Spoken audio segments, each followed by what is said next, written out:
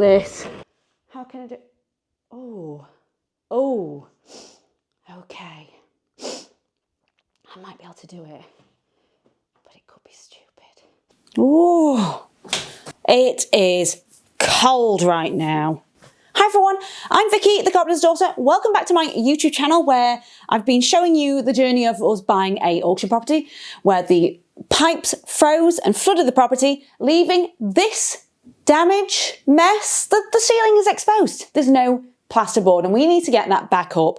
And because it's winter now, the heat is rising, escaping. So we're not really hanging around in here. We've got electric radiators in other rooms. This is just not comfortable, so we need to get it sorted. So I've been on a big shopping spree, buying loads of stuff for this job to try and make it as easy as possible.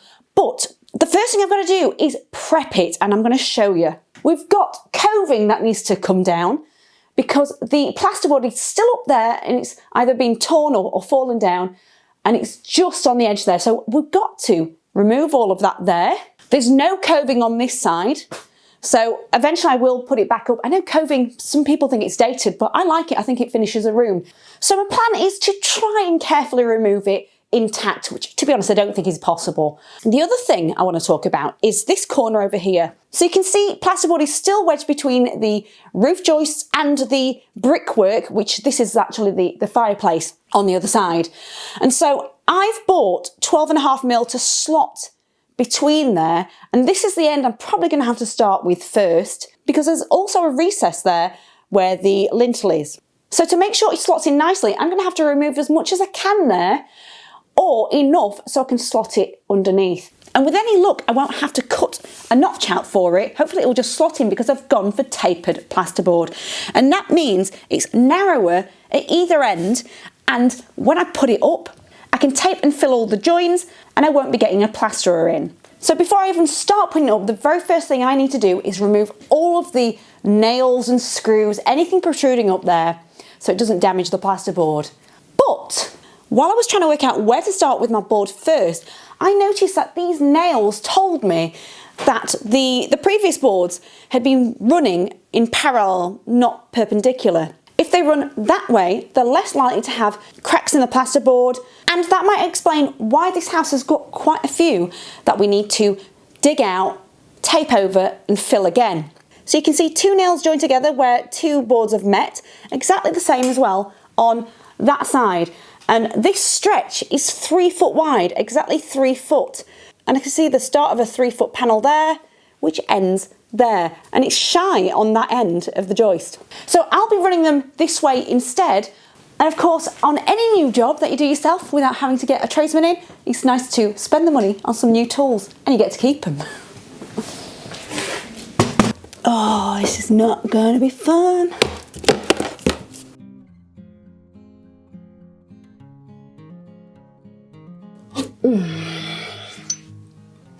Oh, achy. There's always one, isn't there? The head came off. Now, I could nail it in. That might be what I do in the end, but I'm going to try and pry it out just in case I come across with it with a screw later, put a hole and have to reposition it. So I'm trying the old get it out with pliers. Yes, worth it.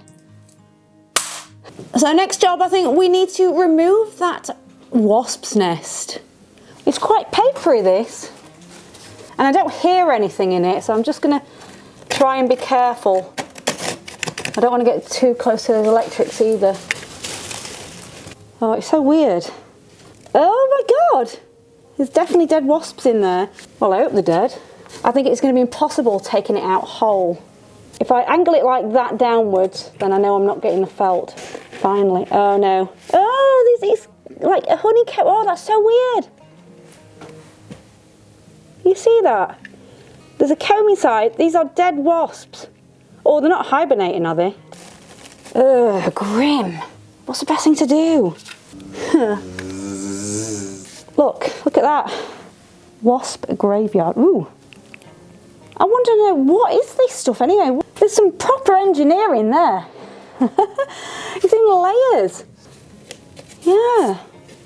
At the very bottom, there's a little stem. Oh, how weird is that? 1, 2, 3, 4, 5. I think 5 layers and a base. Now we know what one of these looks like. Now I've removed it, obviously I don't want any more to come back. So I asked Bing what I should do. And he, she, they suggested to create a solution of white vinegar, sometimes bleach, and peppermint oil. So I'm going to spray that all, give it a wipe down, and hopefully they never return again. So you might have noticed Miss TCD has taken off the wallpaper all along the top here. I'm going to now try and score this and remove it carefully.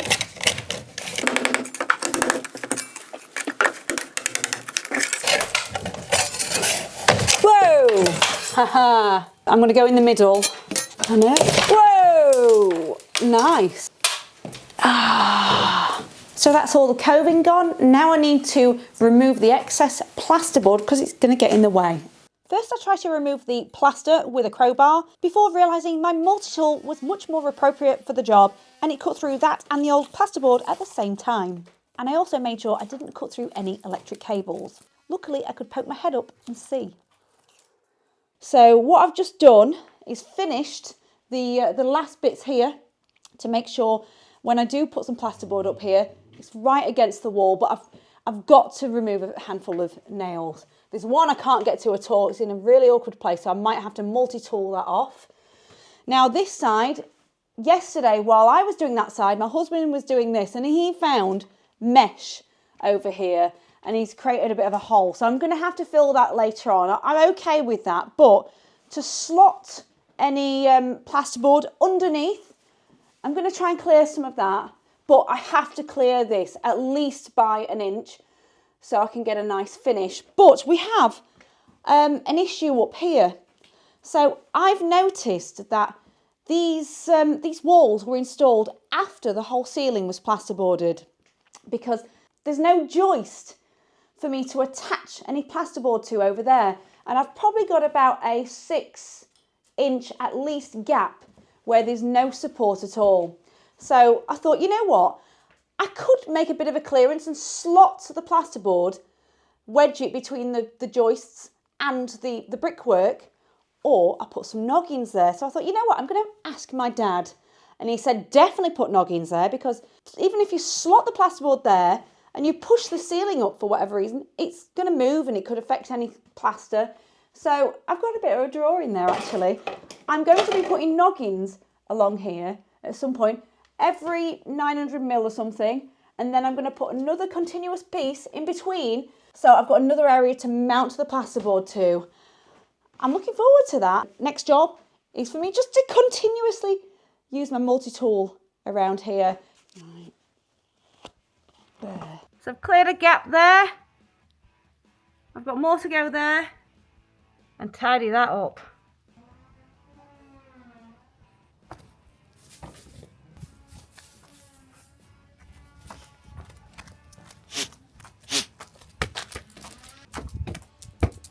I don't really want to take this off, but I know it's not any good.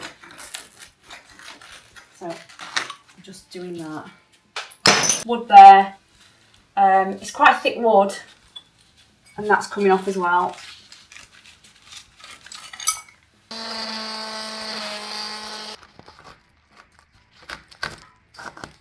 I need to do my noggins now and get my measurements. So I'm going to use my laser measure.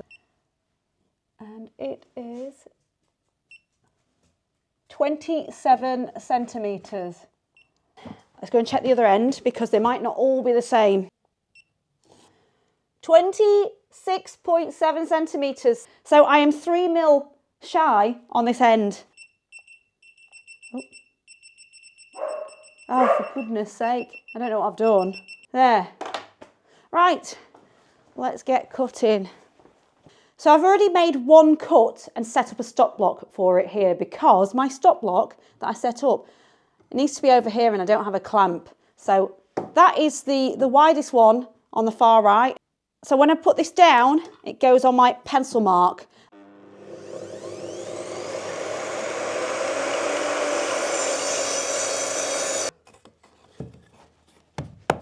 Yeah, I have to find a mallet. Next job, I want to put some pocket holes on one end and drill the other one from the other side. Right, I've got my pocket hole station set up.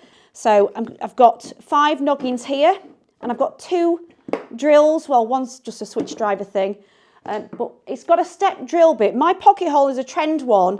It is old. This is not sponsored. I bought it with my own money. So what I do is I've set it up. You can twist this to make it tighter, or depending on the thickness of your wood.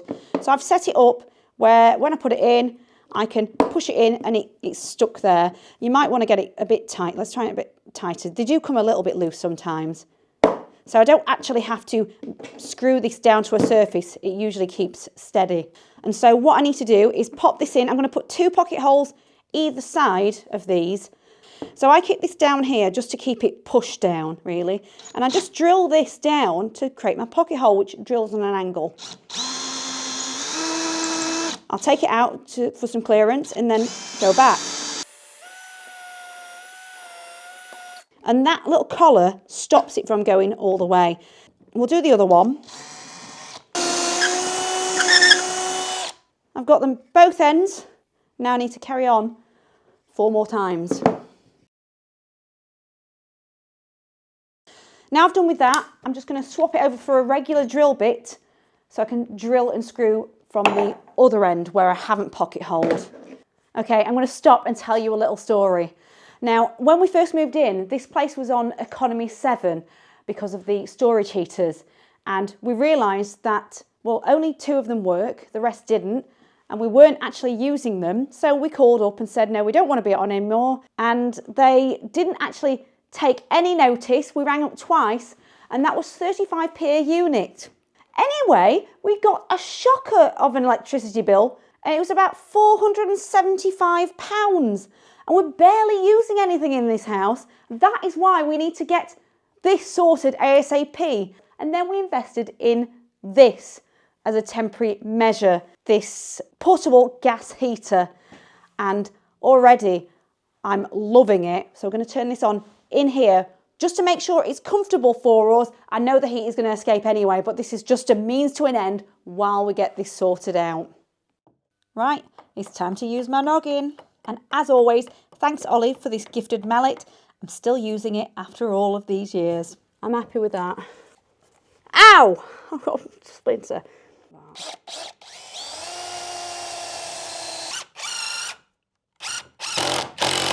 It looks like I've got good access to put my pocket hole screws in now, so I'm going to do that. But by the time these are all here, I'll have another continuous joist that I'm slotting in between each one of these. So I've got an extra surface area to screw all the plasterboards to, so they're less likely to sag. And after I've dry lined it all, it's less likely to crack as well. So that'll do. I want to be able to screw the corner of my plasterboard here. I don't want this to be a weak spot. Yay. So for the noggin here, instead of marking exactly what centre, I need to make sure I can access it easier because I've got a nail plate in the way here. If I want to screw from above, I've got these braces in the way. So I'm going to go here so I can at least get access to put them in. In fact, I'm going to go there. Life is going to be easier here.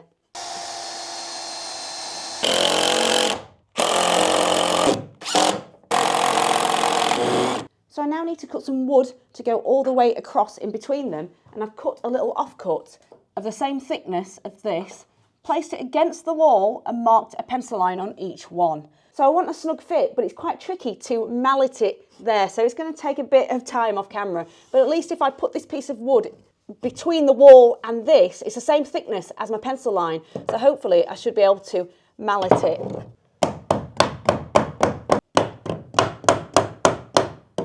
A little bit more. I'm all right with that. Now that's there, maybe I should screw that in first before I upset it and carry on with the rest. To make life easier, I'm just going to toenail with the screw there. I can screw that one from this side and then repeat until I get to the end.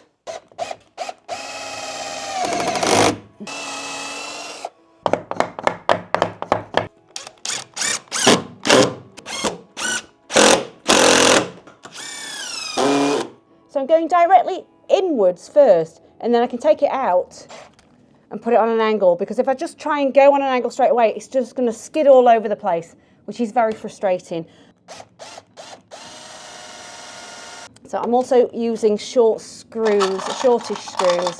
So I don't want it to go right over the other end and then someone can pierce themselves on the other side. Also, I've got to be careful that the screw doesn't pull or push up the wood. Now we're so close to fitting the plasterboard, but we decided to take your much appreciated advice on taking up any new insulation that we bought, because we are so sport for loft access right now. This was 2 100mm rolls to replace the missing stuff, and 24 200mm rolls to top up everything else. And we purposely waited till Black Friday so we could get 15% off. And they're now up there in 3 piles, so don't forget to subscribe if you want to see that upcoming project. I want a lot more pipe lagging. Thank God for that. I'm exhausted now. That's all you now. To make life easier for myself, I've decided to buy myself a plasterboard lift. So I'm about to set that up, although I've had a few raised eyebrows from family members because I could have hired one cheap, but this wasn't that bad. It was about 130 quid, and once I've done with it, I can use it again on other things, and I can do it in my own time. So I'm going to start with a tripod base, and I can't get it open, and apparently I've got to push this yoke ring thing down and slide it. Aha! Right, let's clear that out of the way. And push.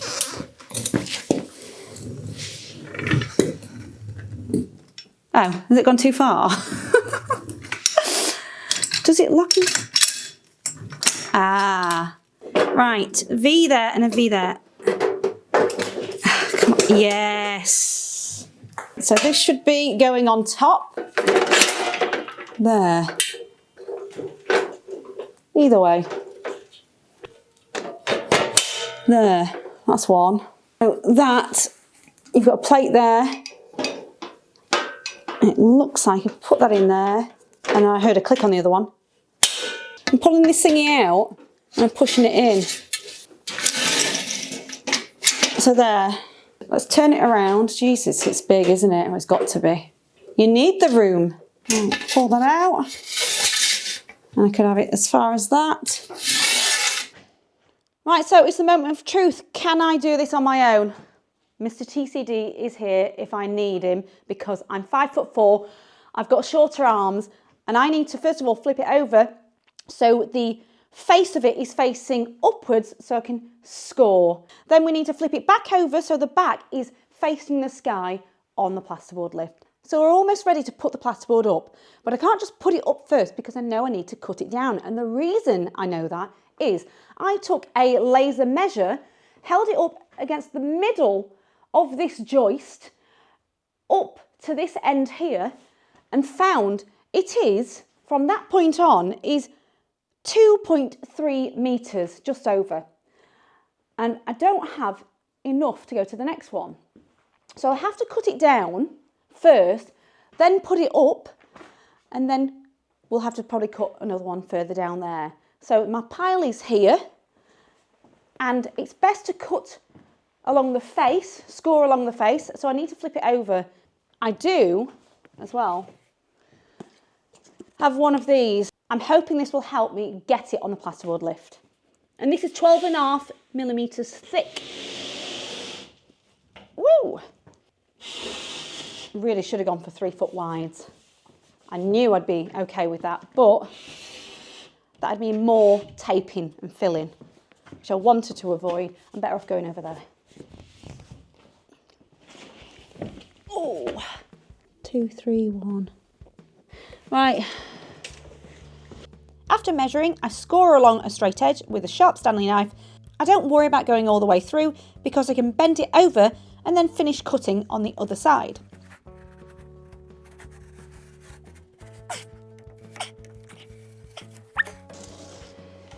If you don't have a pristine cut, it's a bit jagged, I want this to be flat against a wall, I've treated myself to this little plasterboard rasp. So I'm just going to go over the edge now. If it's useful for anyone watching who needs to build a shopping list, I'll leave some links below to the tools and materials I used. Like that.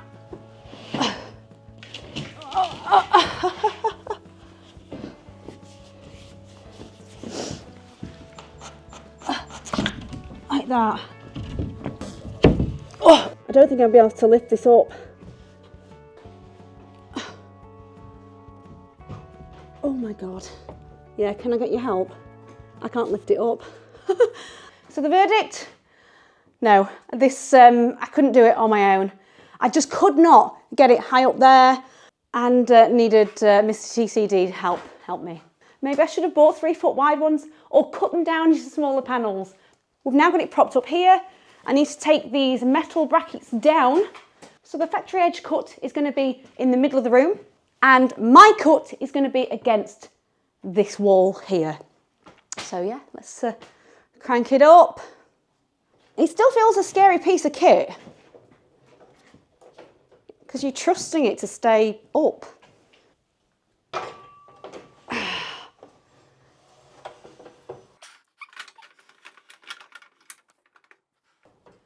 Oh, it just wants to keep turning.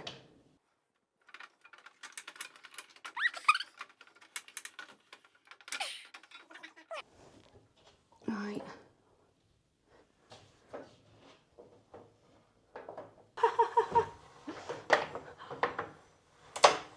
Wowzers. Now I'm going to try and push it into the corner.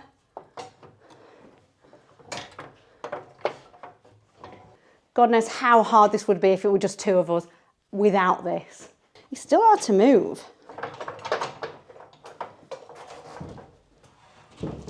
Oh, that's good.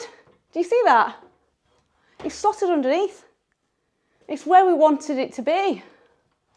I don't want to trim off any more. I've got drywall screws in my pocket and I'm going to put them in. And I've got goggles on because I don't want any to drop into my eyes because that's going to hurt.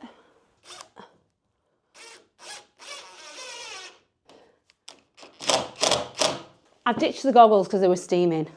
To make it thoroughly secure, I'm going to put 6 screws on this side.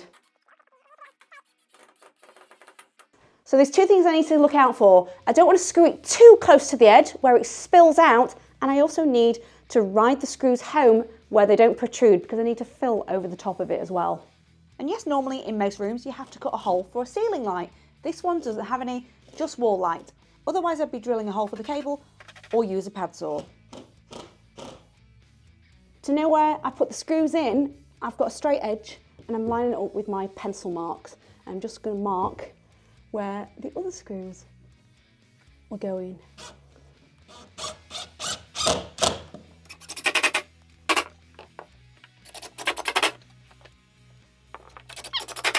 So I've got all the screws in, we now need to take it down. So I'm going to push this forward while I release this so it doesn't shoot down and then lower it gently.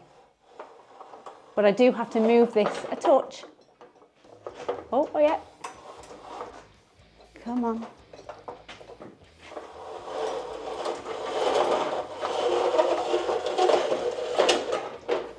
It's feeling warmer already. This laser measure makes things so much easier, although it gets costly when you can't find your other 2, so you have to buy a 3rd and then find it in a bag. Yeah, we went for a cheap one this time.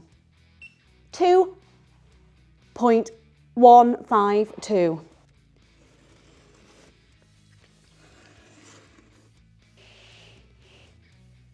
So satisfying, that feeling. Now for the really awkward wall that we were dreading the most, and that was slotting the plasterboard between the bricks and the joists. Oh, yeah. Oh, what's stopping it? So the first hurdle, we tried to get this up and wedge it between the brickwork and the joists. Can you see, it's about a centimetre too much here. So what I'm going to do, we need to cut a bit out to try and get it in.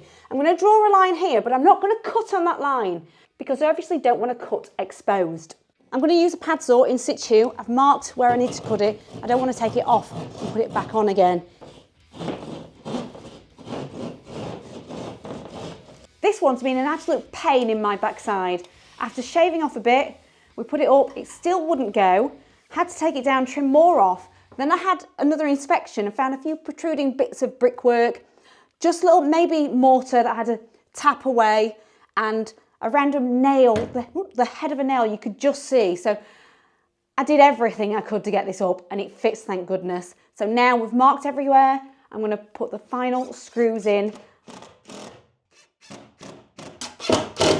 Yay, let's take it down. So I'm on a new day. I'm using my new Pocket Osmo 3. I don't know if this is recording, but I'm home alone and I really want to try and get this done without any help with that plasterboard lift. I want to try again. But what I want to discuss is, now we've got 2 up, which is great news. I need to stagger them now to bond them in. So that means I don't want a consistent line all the way along, just to evenly distribute any potential cracks. And the first row we managed to get 2 full sheets, but trim them down. The next row we're going to have to use 3. And that's due to where the joists lie. So we've already measured and marked where we're going to go. We're going to do a panel from there to there. Then we're going to do almost a full one, but we've got to trim it down to get to that joist there. And then an offcut from the first one there. So it's going to be a personal challenge whether I can do it all by the time Mr. TCD gets home. Crossing my fingers. Come on. Much lighter. Oh.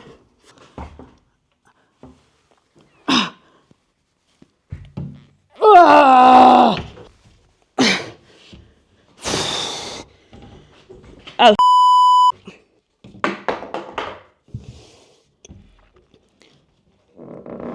Oh. That might be my limit. Also, you might be wondering how we calculated for the plasterboard for the room. Well, I first checked with 4 different websites that had 4 different calculators and gave me 4 different answers. We just multiplied the length and the width of our ceiling and divided it by the size of our plasterboard, then added an extra 2 for flexibility to stagger them and accidents. Whoa, 25 kilograms.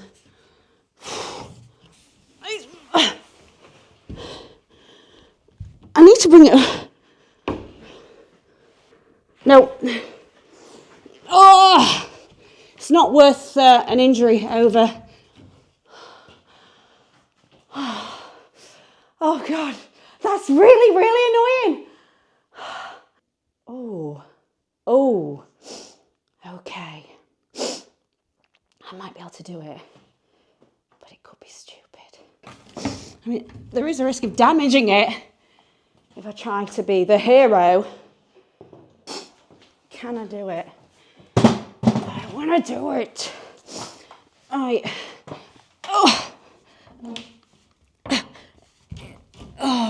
you know what? No.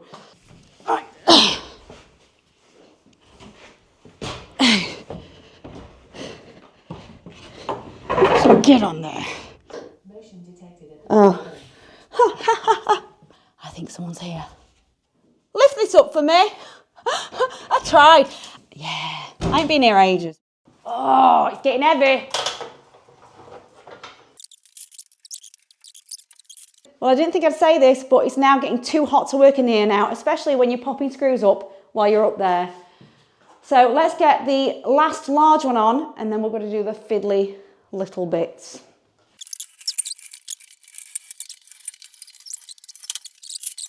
For the final section, I had to cut with a straight edge along the longest side of a tapered board to match the rest.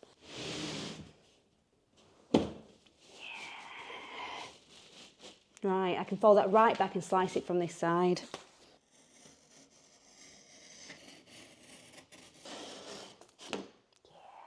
I love this tool, I'm so glad I bought this. It's so much fun to use.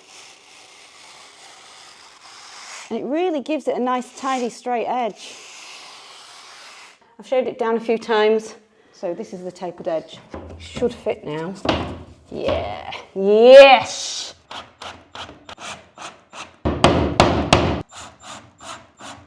So after this, we've got some insulation to come and a loft ladder, and then lights in the attic. So if they're right up your street, don't forget to subscribe, and hopefully I'll see you in my next videos. Thanks for watching. Bye. I missed one.